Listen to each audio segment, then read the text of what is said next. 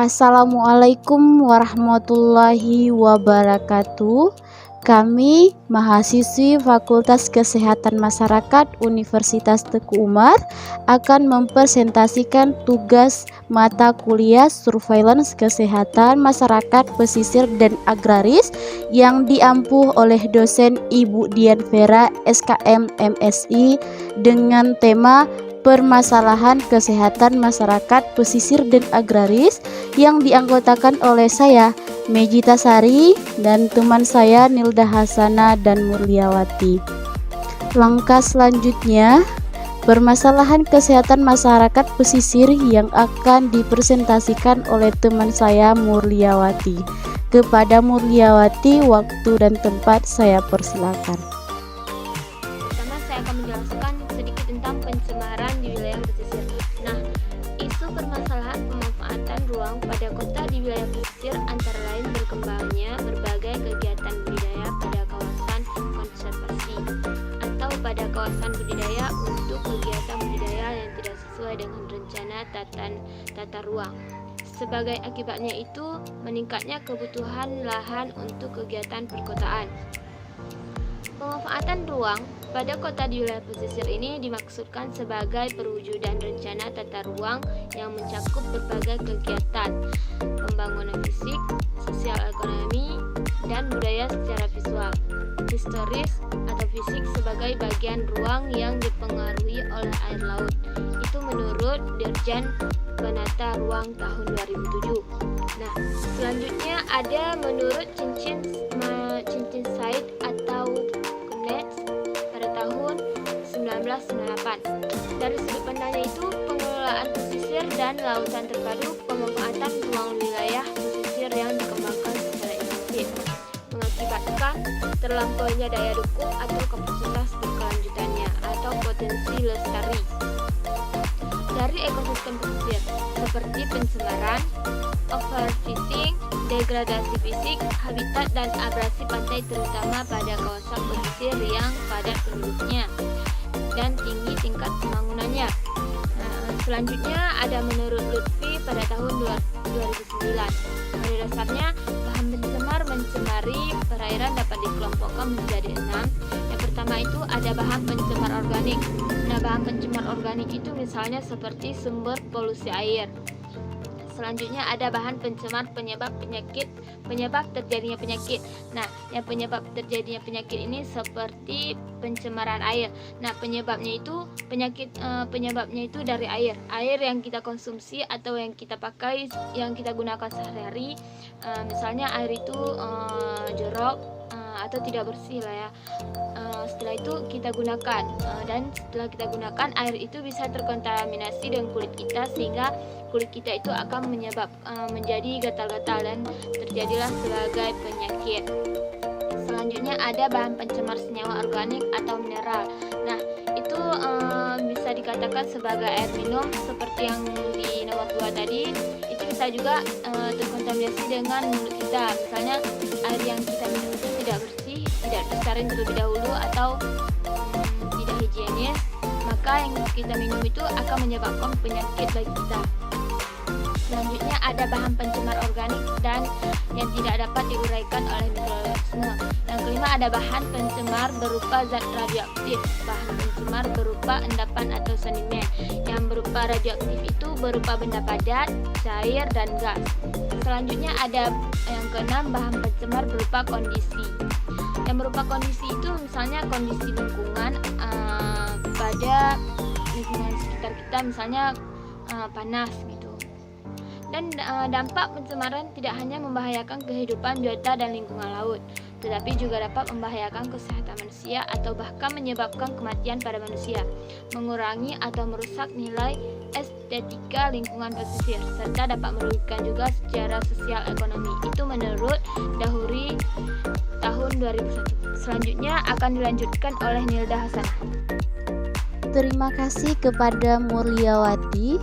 Selanjutnya, permasalahan kesehatan masyarakat agraris yang akan dipresentasikan oleh Nilda Hasanah.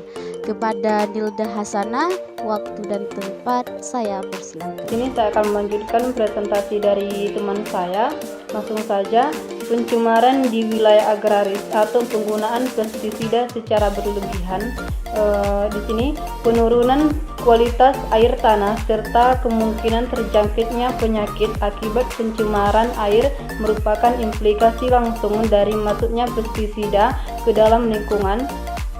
Kemudian, resiko meliputi kemampuan dalam menimbulkan pengaruh yang merugikan terhadap kesehatan seperti kanker, cacat lahir, kerusakan saraf atau mutasi genetik, juga pengaruh yang merusak lingkungan seperti membahayakan kehidupan liar atau pencemaran air tanah. Berdasarkan yang telah dijelaskan kawan-kawan, di mana MK ini adalah MK Surveillance Kesehatan Masyarakat Pesisir dan Agraris.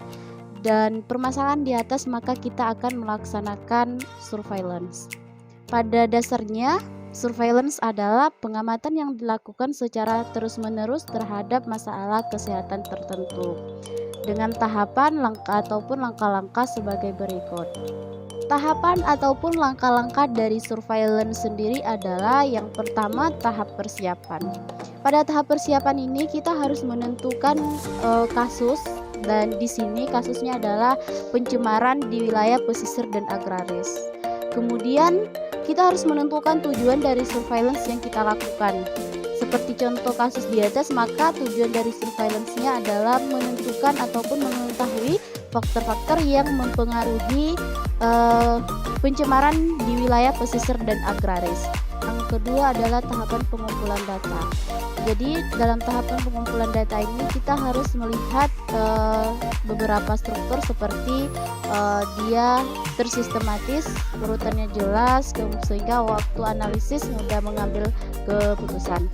Kemudian dilakukan secara terus-menerus untuk melihat tren dan variasi, lengkap, tepat waktu, dan dapat dipercaya. Kemudian ada sumber data. Sumber data yang kita ambil itu ada dua, dan di sini sumber datanya yang pertama primer, di mana sumber data primer ini seorang tenaga surveillance itu mengambil data langsung di lapangan, baik dengan memberikan kuesioner ataupun langsung mewawancara masyarakat setempat. Dan yang kedua adalah sumber data sekunder. Sumber data sekunder ini adalah sumber data yang kita dapat dari instansi seperti rumah sakit, puskesmas, dan dinas kesehatan. Ketiga adalah tahapan pengolahan data. Dalam pengolahan data kita harus memilih pengolahan secara manual ataupun dengan menggunakan aplikasi. Selanjutnya juga kita harus mengklasifikasi data ataupun memilah data sehingga data mudah kita olah dan mudah kita menarik kesimpulan ataupun mendapatkan informasi dari data yang telah kita kumpul. Keempat adalah tahapan analisis deskriptif data. Dalam analisis deskriptif data ada beberapa jenis yang harus kita perhatikan, yaitu yang pertama analisis data menurut waktu. Dan analisis data menurut waktu ini maka kita contohnya bisa kita lihat analisis berdasarkan per minggu, per bulan, bahkan per tahun.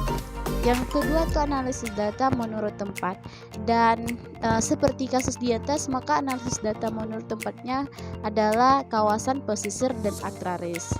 Yang ketiga analisis data menurut orang seperti usia, jenis kelamin, ras, pekerjaan, tingkat pendidikan, dan status sosial ekonomi.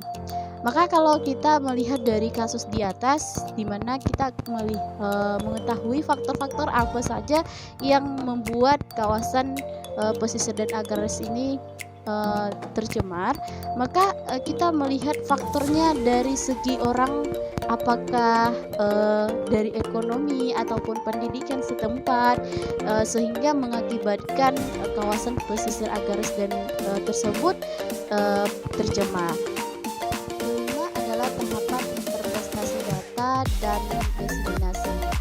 Interpretasi data adalah memberikan kesimpulan dari hasil pengamatan permasalahan di atas, sehingga kita diseminasi kepada masyarakat luas ataupun kita sebarkan informasi dengan menggunakan media, baik media seperti poster, televisi, ataupun berita. Selanjutnya adalah tahapan evaluasi. Dalam tahapan evaluasi di sini kita melakukan evaluasi dari hasil yang telah kita dapatkan.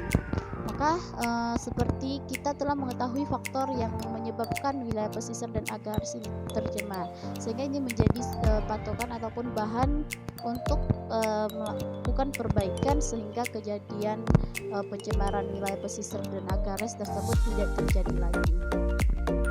Baik, itu saja yang dapat kami presentasikan dari kelompok kami. Terima kasih atas segala perhatian.